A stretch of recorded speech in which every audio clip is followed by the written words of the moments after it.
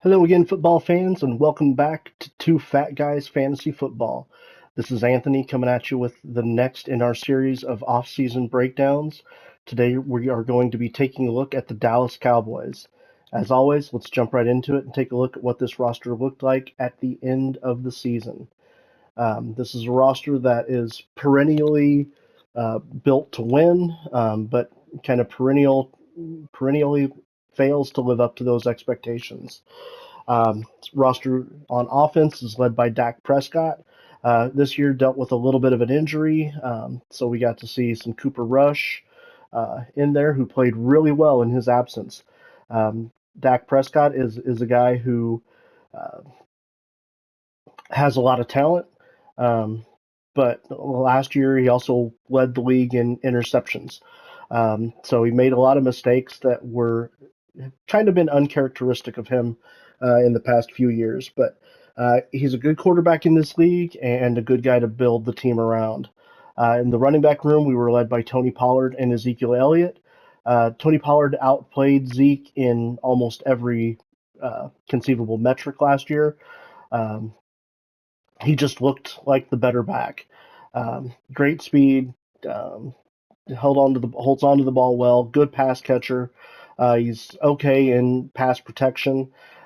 He's just a more electric athlete than what Zeke brings at this stage of his career. Ezekiel Elliott had such a large deal and has had great success in this league, but really kind of looked like a shell of himself last year. Still brings a great skill set as a pass blocker and as a third down back.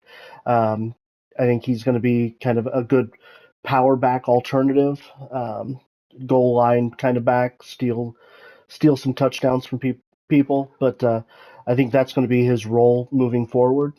The wide receiver room was led by C.D. Lamb, Michael Gallup, T.Y. Hilton, and Noah Brown.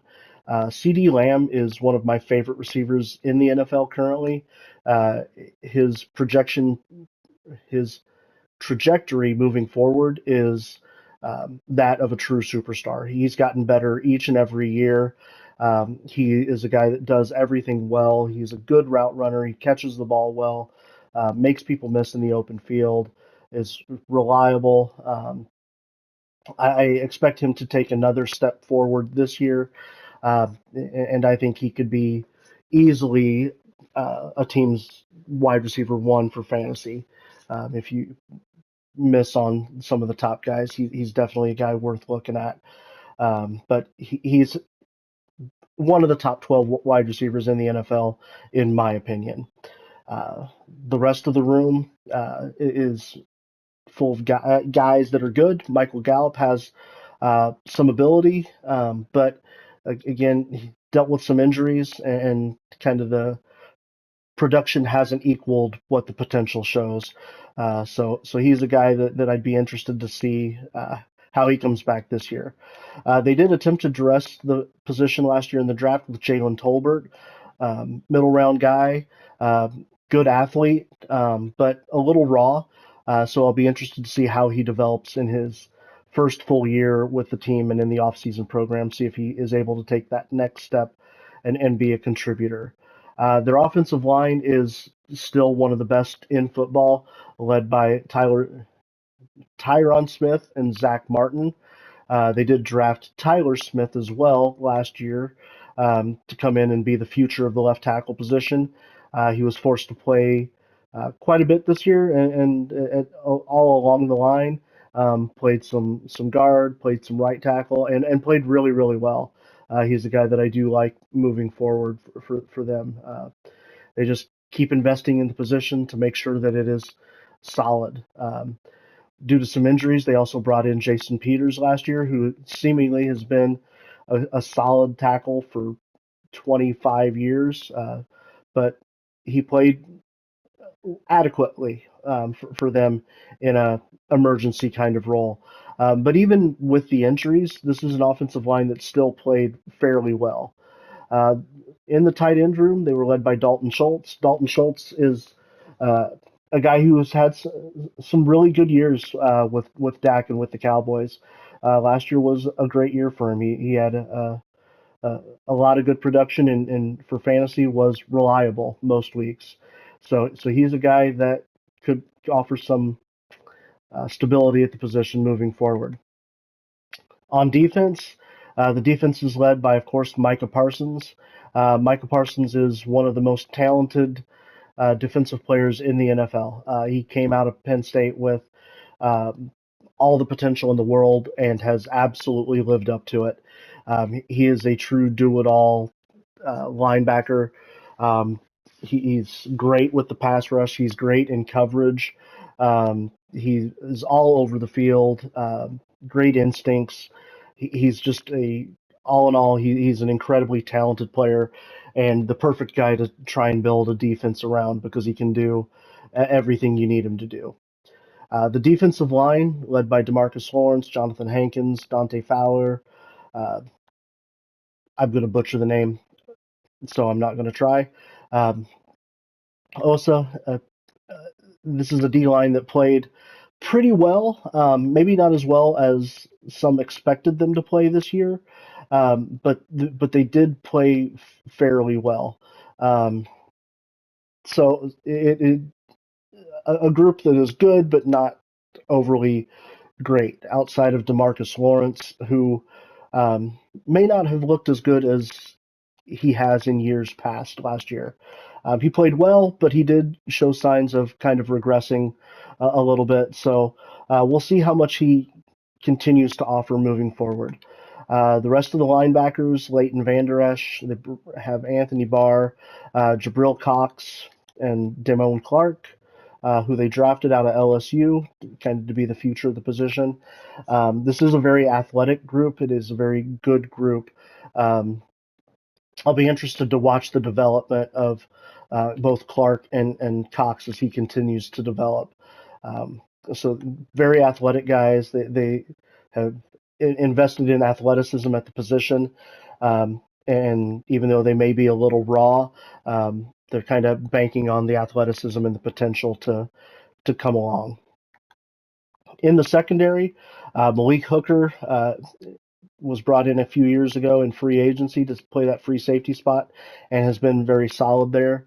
On the strong safety, we've got Donovan Wilson and Jayon Curse, uh, both very good guys to have back there. Maybe not the most athletic or the most elite of the safeties, but two solid safeties. The cornerback room, led by Trayvon Diggs, who a couple years ago had a breakout year. Last year played really well as well. Maybe not as good as the prior year, but he is definitely a cornerback that is on the rise and is definitely a true shutdown kind of lockup corner. Slightly better in zone than man, which is fine for the scheme. So, but he is a great corner to build a team around. The rest of the cornerback room, Anthony Brown, Jordan Lewis, Deron Bland, and Kelvin Joseph, uh, all solid guys. This is a room that's built with a lot of potential, a lot of athleticism, and a lot of depth. So it's a good group. Um, all in all, this is a team that on paper looks like it should be incredibly competitive and actually has been incredibly competitive. They played really well for the bulk of the year. Just unfortunately, that some miscues by Prescott led to uh, a lack of success when it mattered. And then, of course, the injury kind of derailed the start of the season. So it's a roster that's built to compete, and I do like it a fair bit. But let's take a look now at what has changed with this roster since offseason began. This is a team that's been fairly active through the offseason to this point, um, and they've done a few things that I like quite a bit. On offense, we'll start there. Uh, the biggest and most notable thing they did was they brought in Brandon Cooks to be the wide receiver two. Brandon Cooks, while he has seemingly played for about every team in the NFL, he has been productive everywhere he's gone. I like him a lot as a wide receiver two and as a complement to CeeDee Lamb. He does a lot of things really well and will keep defenses honest. He's a legitimate threat at the wide receiver 2 position. Michael Gallup, again, has plenty of potential. We'll see if he's able to kind of put it all together and be a real threat there at the wide receiver 3. And then, of course, Jalen Tolbert is the current wide receiver 4 who they drafted last year. So it's a group that I do like a fair bit. Kavonte Turpin, more of a return specialist than anything. Gadget player kind of guy, but offers a lot in the return game. Definitely is worth a look there. Tony Pollard is the feature back. They did decide to let Ezekiel Elliott walk to give some depth in the running back room. They did bring in Ronald Jones, who is nothing special at this point. Not a guy I would be concerned with in fantasy. I fully expect the Cowboys to be a team that really attacks the running back position earlier rather than later in the draft. I think they're definitely a team that could be in play for a running back in the top 3 rounds without a doubt. The offensive line stayed intact. Terrence Steele is expected to be back healthy at the right tackle. Zach Martin, Biadazaz, Tyler Smith, and Tyron Smith. So it's an offensive line that is among the best in the NFL. Dalton Schultz was let go as a free agent, so we'll be looking at Jake Ferguson and Patrick Hendershot as Peyton Hendershot as the tight end room currently. With the depth of the tight end position, definitely a spot where they could look to attack that in the draft as well. On defense, defensive line remains the same. Linebackers, Anthony Barr was let go, so Damone Clark is moving in as the starting back at this point. Could be another spot where they look to address in later free agency or in the draft. The biggest move on defense was they brought in Stephon Gilmore to be one of the top corners. Stephon Gilmore had a great year last year with Indianapolis and played extremely well. Pairing him with Trayvon Diggs gives the Cowboys one of the best quarterback duos in the league. And then we're still left with Jordan Lewis, Deron Bland, and Kelvin Joseph behind. So it's still a cornerback room that gives a ton of depth and a ton of top-end talent. The safety room is also remaining the same with Malik Hooker, Donovan Wilson, and Jaron Kearse. So it's a defense that has gotten better, quite simply. I think losing Anthony Barr doesn't hurt as much as it might have in years past. So this is a defense that, with the addition of Stephon Gilmore, has gotten significantly better. It's an offense that I think has gotten better with the addition of Brandon Cooks. These two additions for really very limited return for the trades that were used to bring them in were masterpieces, and I think they give this team a lot of Super Bowl discussions at this point. Of course, they still have the draft, and they still have to live up to the potential they have. But it's definitely a team that's in the discussion in the NFC. My biggest question mark on the offense is if Tony Pollard is capable of being a guy to carry a whole load, something he's never been asked to do. He's always been in a limited role. So he's a guy that, while the talent is unmistakable, my question on him is, can he stay durable for the whole of the year, coming back from the injury? So another reason why I expect them to look at running back in the draft. But let's take a look and see what they might be looking to do in the draft, with the draft coming up sooner rather than later. They're picking towards the end of the first round, which is where they have seemingly been for the past decade and have always seemed to get a talent out of that spot. So it's a scouting room that perennially does pretty well. So I expect them to continue that. They're a team that always looks to build in the trenches. So I wouldn't be surprised if they did look at offensive line at that spot. Um, a guy like Osiris Torrance maybe in play there, even though it's not necessarily the biggest need. It's a team that could look at uh, taking the first center or interior rotational lineman. A guy like Joe Tippmann could potentially be in play. Um, you could be looking at uh, tackles with the capability. Darnell Wright, Anton Harrison, also guys that could be in play. D line, another spot where they could look to address the trenches. Kalijah Cansey would be a name to potentially look at. Um, Brian Breesy, another name that you could look at. Keon White, um, even Will McDonald, maybe in play there. Um, might be a little early for Foskey in the first round, but another name that if high on their board could potentially take a look at.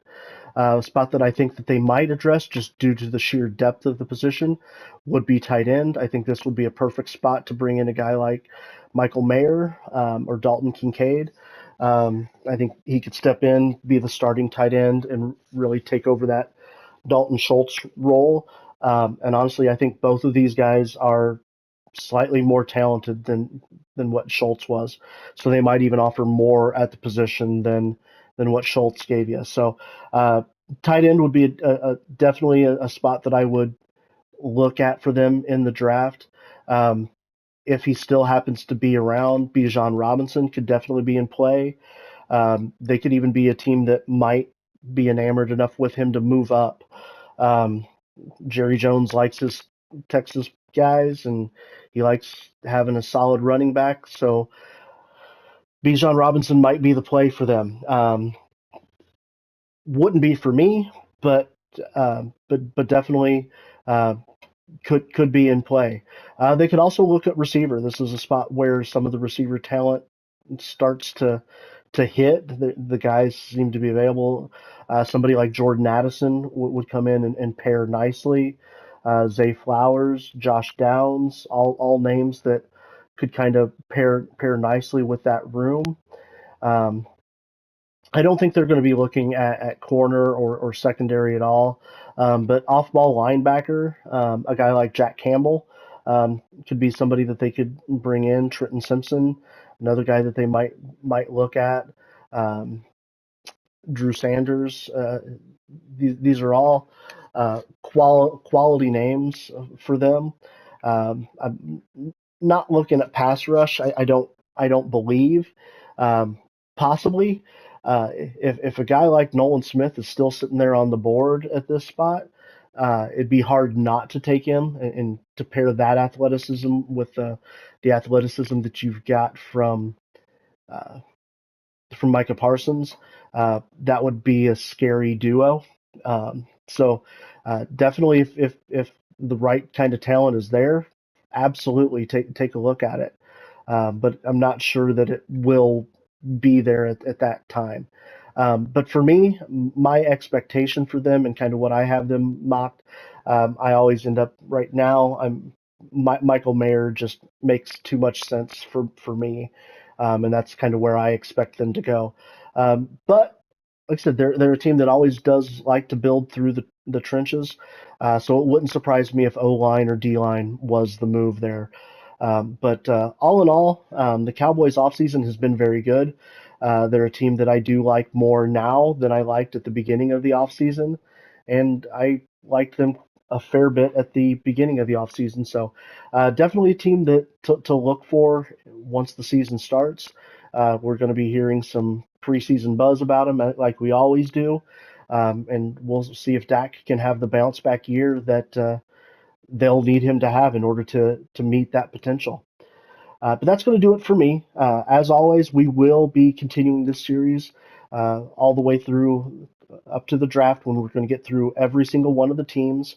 Once the draft hits and we have kind of that next round of veteran free agency as rosters shake out, we will be revisiting each of these teams, taking a look at some of the guys to be looking at for fantasy outlooks for the year. So look forward to that after the draft. But as always, if there's a guy that I missed, a guy I should have talked about more, please let me know in the comments. Or if you have an idea for what team we should look at next, let me know as well. But until next time, see ya.